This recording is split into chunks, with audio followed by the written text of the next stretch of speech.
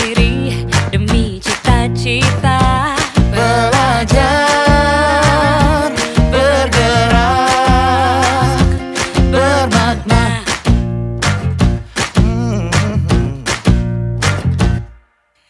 Aku bisa belajar dari ilmumu. Oh, kamu bisa belajar dari yang ku tahu. Assalamualaikum warahmatullahi wabarakatuh. Pada hari ini kami akan melaksanakan praktek coaching modul 2.3 demonstrasi kontekstual dengan saya Yona Esistri SPD, CGP Angkatan 9 Kota Pekanbaru Provinsi Riau dari SD Negeri 176 Pekanbaru. Dengan rekan saya Bapak Edi sebagai coach dan Bapak Sergio sebagai coachee. Fasilitator Bapak Sutaryono dan pengajar praktik Ibu Leni Marlina.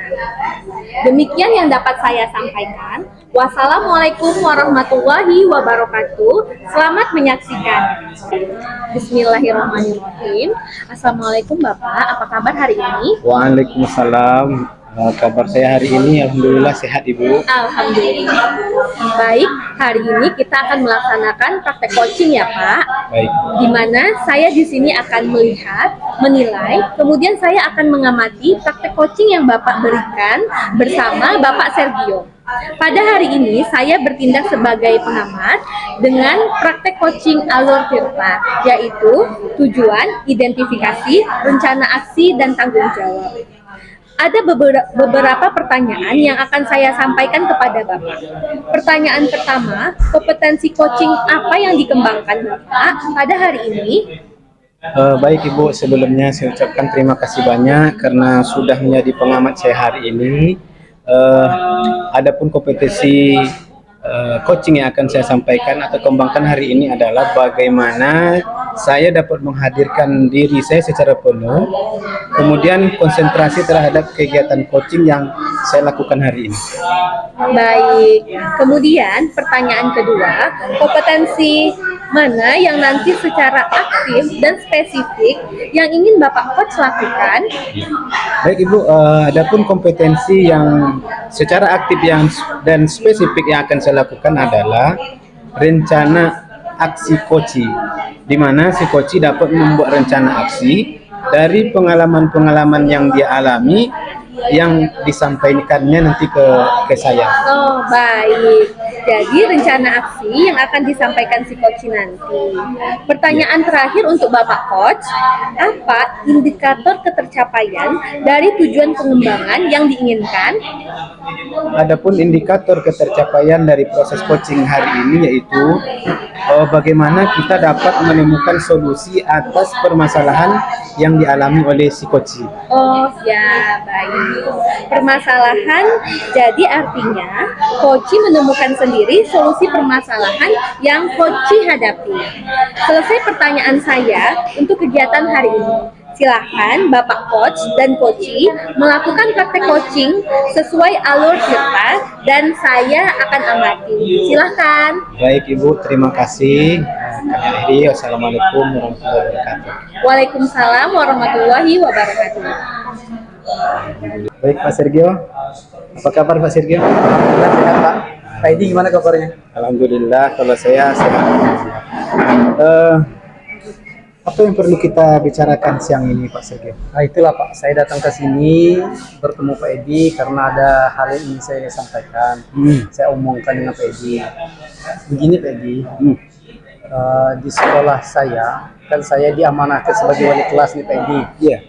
Kebetulan dalam 1 minggu terakhir saya mendapatkan problem atau masalah lah di kelas saya.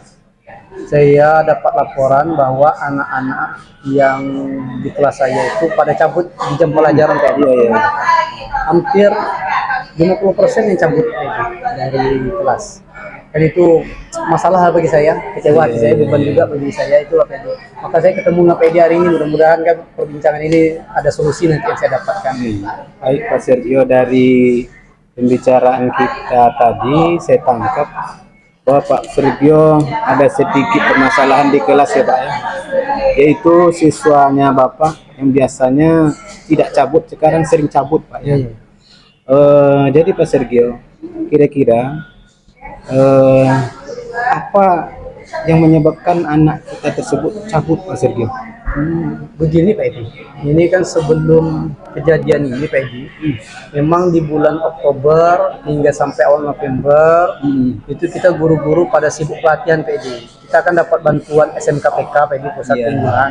Jadi kami ada pelatihan yang harus dilaksanakan, dan memang kebijakan dari kepala sekolah pelatihan dilaksanakan memang tidak efektif, sehingga proses pembelajaran agak sedikit terganggu.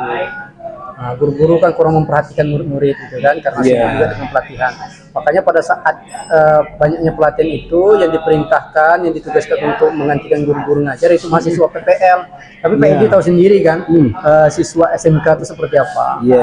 Jadi pas mungkin anak-anak adik-adik kita mahasiswa PPL yang masuk, anak-anak kita banyak yang kalau sudah selesai tugasnya selesai, dia minta pulang.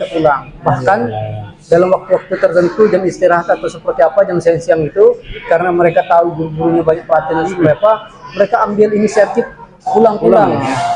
Dan itu memang kurang terpantau oleh kita karena kita sibuk dengan pelatihan. Yang saya tangkap ini kejadian setelah kita guru-guru sudah kondisi belajar, anak-anak tetap masih melakukan seperti itu. Mungkin kan ini terjadi kebiasaan bagi mereka. Seperti itu Pak Edi. Baik Pak Sergio, dari pembicaraan Bapak tadi saya tangkap bahwa di kelas Pak Sergio yang pada awalnya siswa itu rajin masuk kelas, rajin belajar, tiba-tiba ada suatu kegiatan di sekolah dan kegiatan yang seharusnya Pak Sergio lakukan digantikan oleh guru PPL Pak ya. Jadi Pak Sergio, kira-kira dipersentasekan berapa kalau 1 sampai 10 misalkan, berapa persentase antara cabut dengan yang ada di kelas itu Pak Sergio? Ini kalau dinilaikan ya Pak Edi, yang tadi saya juga sampaikan Pak Edi, kalau dinilaikan itu berdasarkan laporan hampir 50% Pak Edi. 50% siswa saya itu cabut. Jadi kalau kita nilai Pak Edi dari 1 sampai 10, 1 itu buruk, 10 itu baik kan, mungkin posisinya dinilai 5 Pak Edi. 5 ya? Tengah-tengah Pak Edi. Karena banyak yang 50% berarti ya?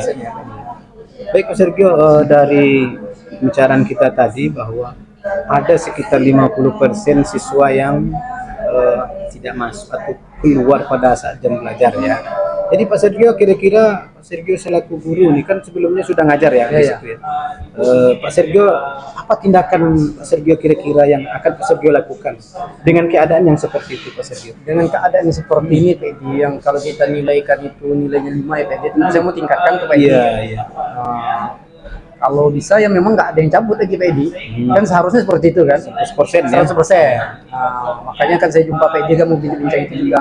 Tapi memang Pak Edi ada sih beberapa solusi yang terpikir oleh saya.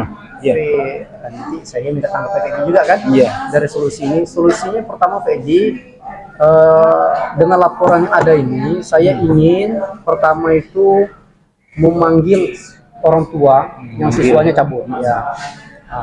Mungkin sebelum saya memanggil orang tua ini, saya juga komunikasi dulu ke pihak kesiswaan, BK-nya, agar nanti ketika orang tua datang, kemudian anaknya sudah dihadirkan, ada BK, ada kesiswaan yang bisa menemani di situ kan. Karena mungkin saya menganggap anak-anak ini kurang mengerti peraturan sekolah karena dia baru kelas 10 kan, Jadi nanti itu orang tuanya kita panggil, siswanya kita panggil juga, kita jelaskan nanti peraturan sekolah, kalau melakukan cabut itu konsekuensinya seperti apa, seperti itu. Yang harapan ini mudah-mudahan anak-anak bisa berubah. Berarti Pak Sergio ada beberapa tindakan lah yang akan Pak Sergio lakukan ya. Antaranya tadi Pak Sergio mau menjumpai wakil kesiswaan, kemudian nanti mengumpulkan wali muridnya ya, kemudian nanti baru mengumpulkan siswa. Kira-kira Pak Sergio dari 3 tindakan itu yang mana yang paling Pak Sergio dahulukan? Tentu Pak Edi, yang paling saya dulukan untuk masuk yang bisa saya lakukan secepatnya itu berkomunikasi dengan kesiswaan. Komunikasi dengan kesiswaan dan BK terkait permasalahan ini, juga diminta langsung lah kepada pihak sekolah nanti membuat surat resmi untuk memanggil orang tua ini. Itu yang bisa saya lakukan secepatnya. Iya, iya. Berarti Pak Sergio nanti yang waktu dekat nih ya, Iya, iya Pak Edi. Bapak akan datang ke Waka Kesiswaan, mengumpulkan apa itu nanti ya, data-data atau apa siapa yang terbukti ya Pak ya. Oke Pak Sergio, mudah-mudahan nanti yang tindakan yang baik ini bisa terlaksana dengan baik Pak Sergio. Jadi Pak Sergio, apa inti kira-kira yang kita bicarakan hari ini dan apa yang dapat oleh Pak Sergio menjadi buah pikiran Pak Sergio lah untuk ke depan? Iya, dari pertemuan saya dengan Pak Edi ini saya mendapatkan penguatan Pak Edi. Saya kan awalnya kan khawatir juga dengan solusi yang ingin saya laksanakan ini, apakah sudah tepat atau belum. Tapi dengan penyampaian Pak Edi tadi atau seperti apa, artinya kan setiap solusi itu baik ya Pak Edi ya, tapi kita mesti harus melaksanakannya. Jangan takut untuk melaksanakannya ya Pak Edi ya. Itulah saya dapatkan Pak Edi. Berarti nanti dalam waktu dekat yang seperti kita bicarakan tadi Pak Edi, saya harus langsung jumpa kesiswaan membicarakan masalah ini supaya masalah ini selesai kan. Seperti itu Pak Edi. Terima kasih lah Pak Edi memberikan penguatan Pak Edi tadi. Baik Pak Sergio, tampaknya hari ini mudah-mudahan yang apa yang kita bincangkan hari ini bisa Pak Sergio lakukan ya nantinya. Kemudian saya berucap terima kasih juga nih Pak Sergio sudah memenuhi panggilan saya datang ke sini nih Pak Sergio. Ya. Mudah-mudahan Pak Sergio nanti sehat-sehat ya, bisa lagi ngajar seperti biasa. Iya Pak Edi. Jumpa dengan siswa yang tadinya cabut, nah kembali lagi. Mudah-mudahan Pak Edi 100%. Mohon doanya juga Pak Edi. Bersama ya Pak Sergio ya. Oke Pak Sergio, kita tutup kegiatan kita hari ini ya Pak Sergio. Dengan mengucap salam, assalamualaikum warahmatullahi wabarakatuh. Waalaikumsalam warahmatullahi wabarakatuh. Alhamdulillah ya Pak, coach dan coachi sudah melaksanakan praktek coaching dengan sangat baik, di mana tadi sudah terlihat alur ceritanya. Kemudian di kegiatan akhir ini ada pertanyaan Bapak sebagai coach. Yang pertama, indikator keberhasilan apa yang menjadi tercapaian pengembangan yang diinginkan? Baik Ibu, terima kasih. Adapun indikator keberhasilan dalam diskusi kami hari ini adalah bagaimana si coachi akan melaksanakan rencana aksinya yang sudah dibuatnya berdasarkan solusi-solusi yang telah dilakukan oleh si coachi. Tadi Bapak sudah menjadi pendengar yang aktif dan berfokus pada coaching. Sudah dilaksanakan. Kemudian, kompetensi apa yang ingin Bapak capai? Baik Ibu, tadi dari awal sudah saya sampaikan bahwa saya akan menjadi pendengar yang aktif, menghadirkan diri saya secara penuh, dan ingin meningkatkan keterampilan saya dengan mengajukan keterampilan yang berbobot. Kemudian tadi saya juga rasakan pada saat diri saya menghadirkan secara penuh, saya bisa menjadi pendengar yang aktif dan saya juga bisa membuat pertanyaan-pertanyaan yang berbobot sehingga akhirnya kami bisa mencapai tujuan atau solusi kegiatan coaching pada hari ini. Baik sekali Bapak. Jadi ketika kita bisa menghadirkan diri secara penuh dan menjadi pendengar yang aktif, juga memberikan pertanyaan yang berbobot, sehingga dapat menggali sendiri solusi si coachi atas permasalahan yang dihadapinya. Keterampilan seperti itulah yang diharapkan dari praktek coaching hari ini. Terima kasih banyak Bapak, saya bangga menjadi pengamat di praktek coaching kali ini. Semoga menjadi pembelajaran yang membuat kita semua dapat melakukan praktek coaching ke depannya. Baiklah, saya akhiri Bapak. Assalamualaikum warahmatullahi wabarakatuh. Waalaikumsalam warahmatullahi wabarakatuh. Baiklah, selesai sudah praktik coaching pada hari ini. Saya Yona Esistri sebagai observer, Bapak Edi sebagai coach, dan Bapak Sergio sebagai coaching pamit undur diri. Wabillahi taufiq wal hidayah. Assalamualaikum warahmatullahi wabarakatuh.